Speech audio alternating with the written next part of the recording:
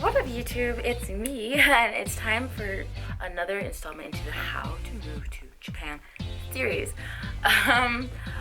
Okay, so today I found out that the applications for the JET program are finally open, so yes!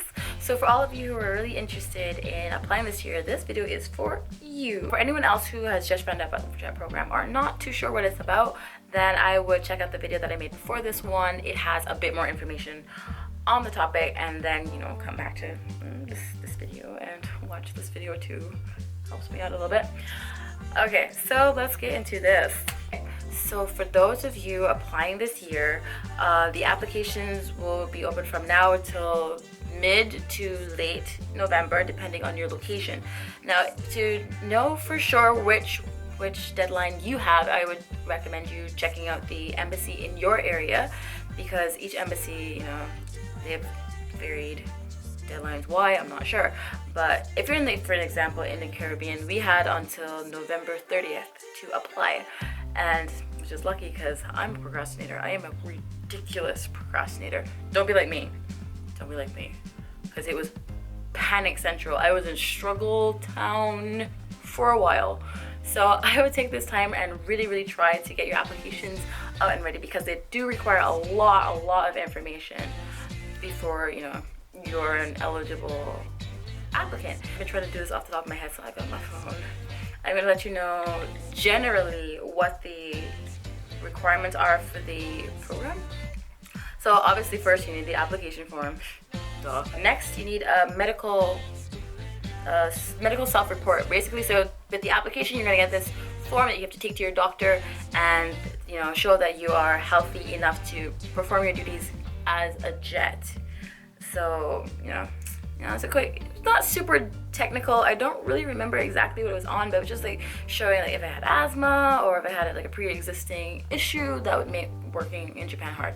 Next, you need a letter of reference. Okay, so the letter of reference is mostly for people who have not finished university yet, but will be finished before not the deadline, before you are supposed to go to Japan. So yeah, you're gonna need to talk to your university and get a letter or some document showing when you are going to graduate. God, I can't speak English today. Next up, you need your academic transcript. So when you're at university and you're getting your letter to show that you're graduating, you might want to go to your, I don't know what that thing is called. I've been out of school for so long. Get your transcript and have that sent directly to the embassy, because usually universities don't give it to the person. They will send it to whoever is requiring it. So that can take you a few days, depending on how lazy the people in the office are. My school was lazy. It took them about a week, nearly 2 weeks to send it. So I was like, this is important. I don't need this right now. Yeah, so get on that. Next up, you're going to need your certificate of graduation. For those who have finished university, yes, you're going to need to show that. But you could simply show your degree. I think they'll take a copy of your degree. A copy is fine. Also, about this, one thing I almost forgot is that they need this stuff in triplicate. So they're going to need 1 original and 2 copies. So it's going to be quite a big stack to send to your embassy at the end of the day. But yeah, it's doable. Everyone Kinko's and do it at work, stealing office paper. I don't do that. I've never done that. All right, the next one is an essay, a statement of purpose. So basically, they want to know, why do you want to go to Japan? Why should we pick you to go to Japan? And what can you offer the Japanese people? In a nutshell. And don't worry, it's usually just about 1 page long, if that long. I was just like, hey, I really like the culture and whatnot.